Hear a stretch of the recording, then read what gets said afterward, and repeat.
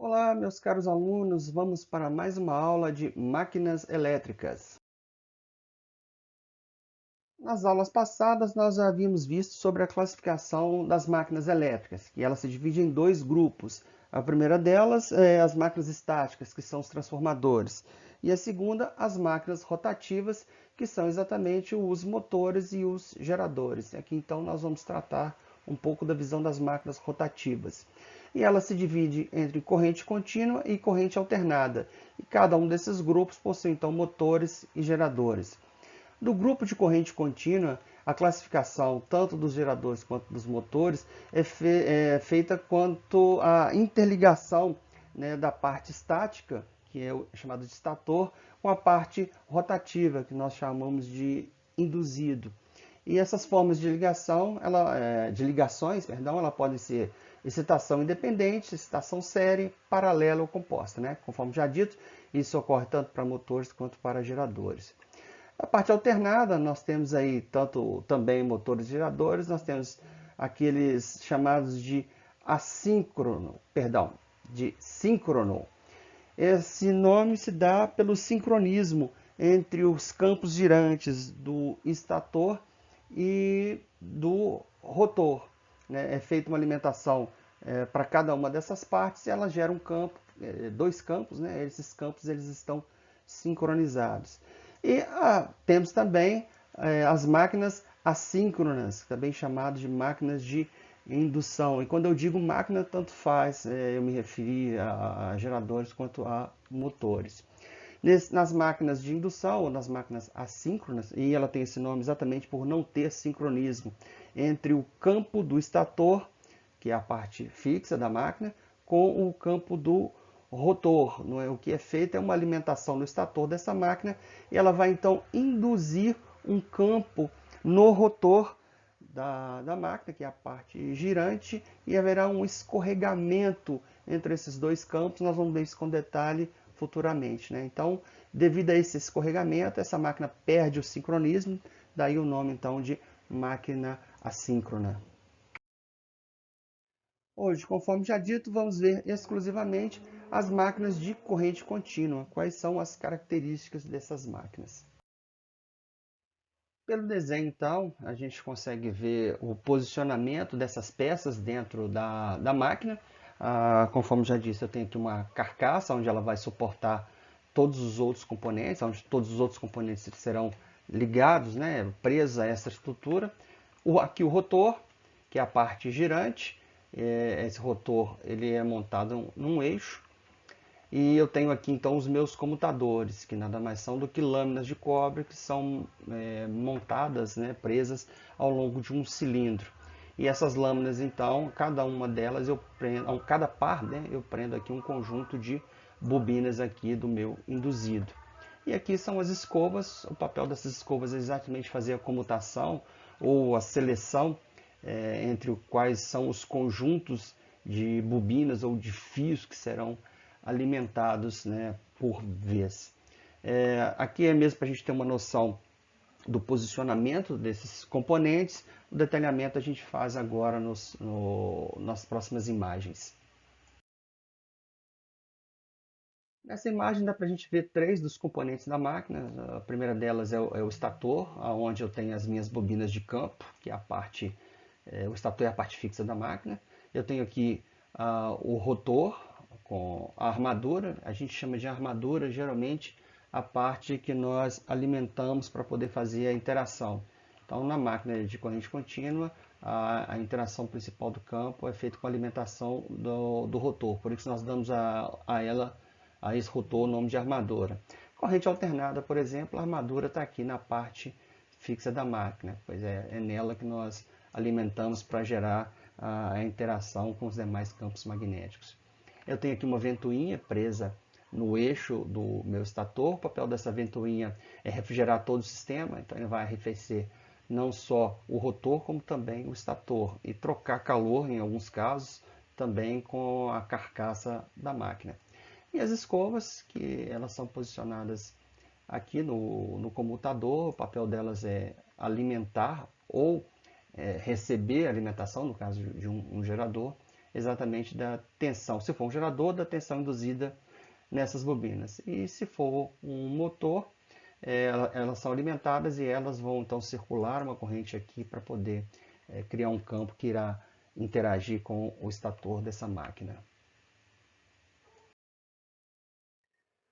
E um pouco mais de detalhe no computador, conforme eu disse, são placas de cobre, e né, são nessas placas de cobre que aqueles fios são soldados, eles são enrolados aqui no corpo do meu induzido, e esses fios então são afixados aqui para que sejam alimentados por meio dessas escovas.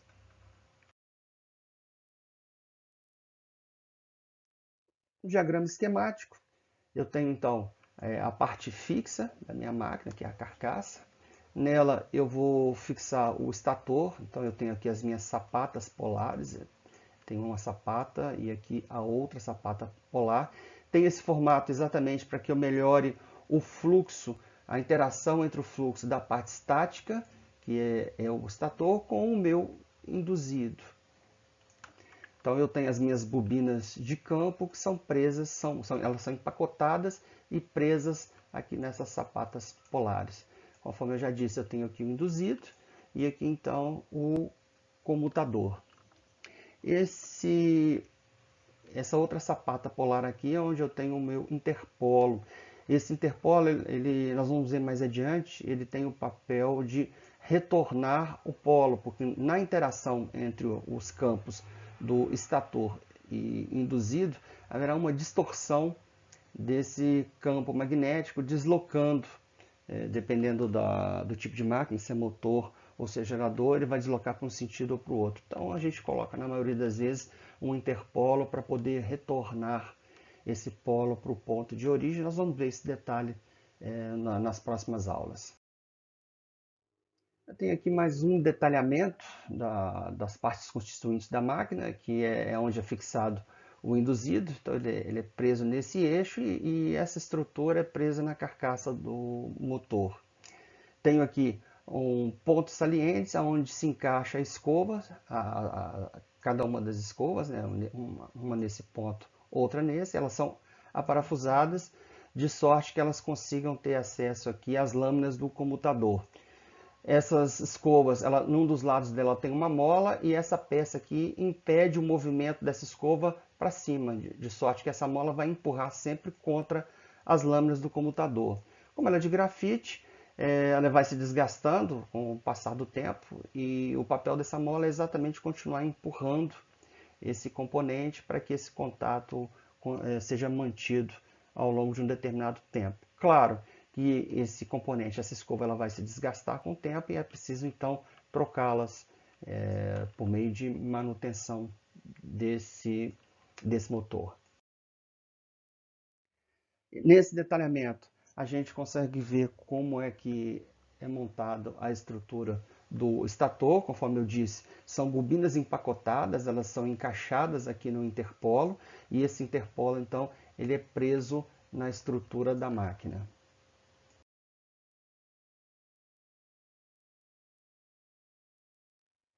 Um detalhe aqui, eu não havia falado antes, é sobre as sapatas polares. O corte aqui, ele não mostra direito, mas aqui pelo desenho dá para a gente ver. Aqui nós temos então as bobinas desse estator e a espessura dessas bobinas vai depender da forma de ligação desse estator. Ele pode ser ligado em série com as bobinas que estão nesse rotor aqui, então a corrente total ela circulará também pelo estator da máquina. Então nesse caso nós precisamos de ter fios um pouco mais grossos para poder suportar essa corrente. Se essa ligação for feita em paralelo, não há necessidade desse fio ser tão grosso assim. O detalhe é que eu terei que ter fios com mais voltas, né? Maior número de espiras do que se tivesse feito uma ligação em série. Aqui é só para a gente ver novamente, eu trouxe o mesmo desenho para que a gente veja como é que essa escova ela é afixada aqui nessa máquina. O detalhe aqui é que nós vamos precisar saber para que lado o campo irá girar. Agora, a regra que nós vamos usar, ela será diferente. Para motor, eu vou usar a regra da mão esquerda. E para o gerador, eu vou usar a regra da mão direita. E os dedos, né, vão indicar exatamente as mesmas grandezas, que são força, a indução magnética e a corrente que circula pelo circuito. Nesse exemplo, eu tenho um motor de corrente contínua com ímã. E aqui, então, o estator da minha máquina, ele é um ímã e ele está produzindo um campo magnético aqui que está indo de norte para sul. E motores, né, com ímã geralmente são motores de baixa potência, são motores pequenos. Eles são utilizados, por exemplo, em carrinho de brinquedo. Se eu precisar de motores com maior torque, eu vou ter que substituir esse ímã do estator por conjuntos de bobinas para conseguir esse objetivo. Para a gente saber aqui para que lado que essa bobina vai girar, a gente usa a regra da mão esquerda. O que a gente faz é, por exemplo, alinhar o dedo indicador aqui na direção do campo, que é essa direção aqui. Ainda esse dedo na direção da corrente, então eu tenho uma corrente que circula pelo meu computador aqui nesse sentido. E quando eu fizer isso, vai surgir um par de forças, um par binário, né? São forças em sentido contrário, conforme mostrado aqui no desenho.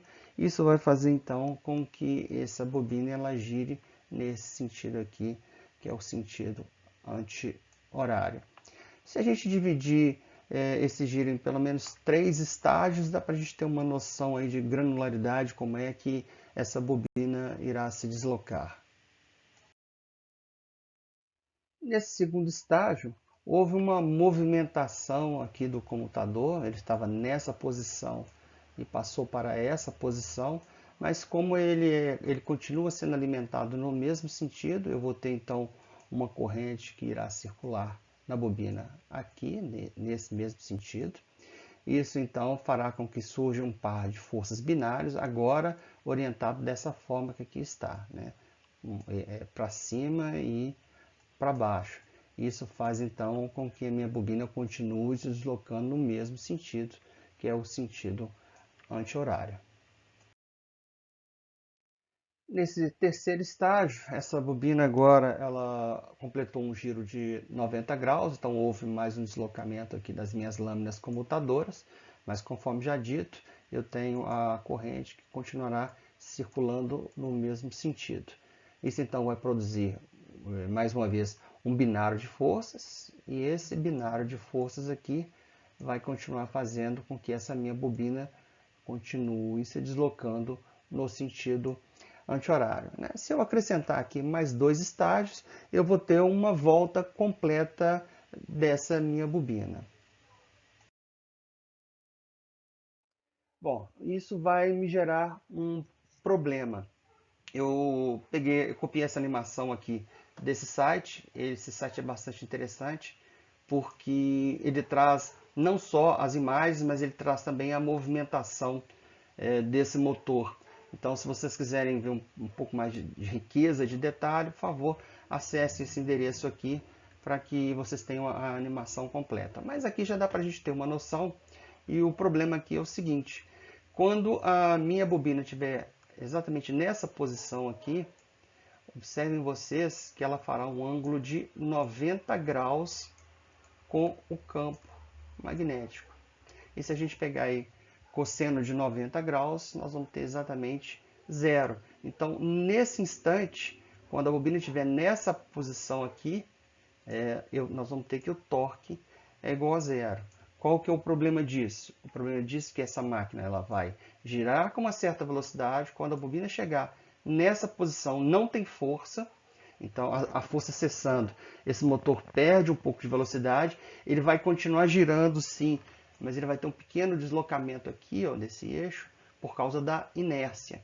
Havendo um deslocamento, passa a ter novamente um ângulo, a força atua e ele continua girando com um pouco mais de velocidade. Quando chegar novamente a 90 graus, ele vai perder essa velocidade. Então, o motor, neste caso, com uma única espira, ele tem um giro bastante irregular. Esse é um dos problemas. Nós estivemos falando aqui de gerador. o que vai acontecer é que nós vamos ter uma tensão produzida, mais uma tensão contínua pulsante. Por que ela é contínua pulsante? Bom, primeiro a gente diz que ela não é alternada porque tanto os dois semiciclos eles são positivos. Então a gente já disse que já houve uma retificação da tensão. Então, se antes ela era alternada, aqui ela passa a ser contínua. E ela é contínua exatamente porque essa corrente ela vai circular sempre no mesmo sentido aqui nessas espiras. Então ela vai circular aqui de mais para menos. Isso faz com que essa alternância no mesmo sentido eu tenha uma retificação. Ou seja, eu esperava ter uma tensão contínua e aqui o que eu tenho, na verdade, é uma contínua pulsante. Isso também passa a ser um problema. Para sanar esse problema, o que se faz é acrescentar mais um conjunto de espiras, né? Ou seja, você coloca aí mais um par de comutadores e a esse comutador você prende aí um conjunto de espiras.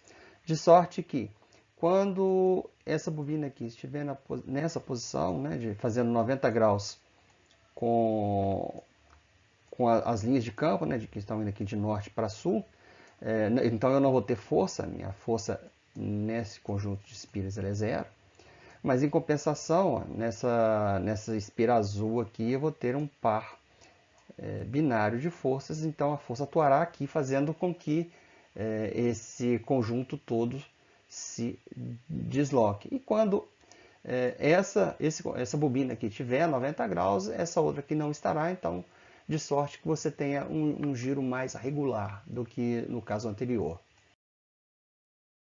Observe aqui que com o acréscimo de mais uma bobina, ou seja, mais um par de comutadores, a minha tensão ela continuou contínua pulsante, mas agora ela é mais contínua do que o primeiro caso. Então eu já dei mais um passo no sentido de tornar a minha tensão mais contínua, ou seja, eu promovi uma melhora no meu circuito. E se a gente colocar várias bobinas, o que a gente vai ter de fato é uma melhora, uma tensão muito mais contínua e uma bobina com um passo, né, um giro muito mais suave do que nos casos anteriores. O que você tem a fazer aqui agora é simples, é simplesmente melhorar esse fluxo magnético. Para fazer isso, a gente usa essa estrutura aqui, que é uma estrutura com material ferromagnético, que ele vai melhorar a interação de campo entre o estator da minha máquina e o campo da bobina.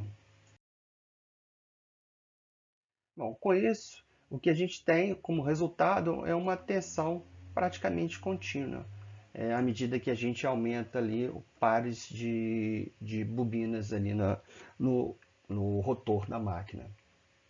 Essas são, então, uma das vantagens, né, de você ter um número maior de espiras no rotor da máquina.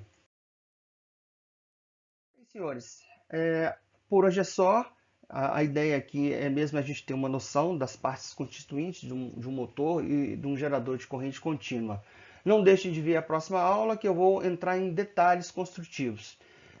Se você gostou dessa aula, clique aqui embaixo, deixe o seu like para a gente dar uma impulsionada nesse canal. Um grande abraço a vocês e até o próximo encontro. Tchau, tchau.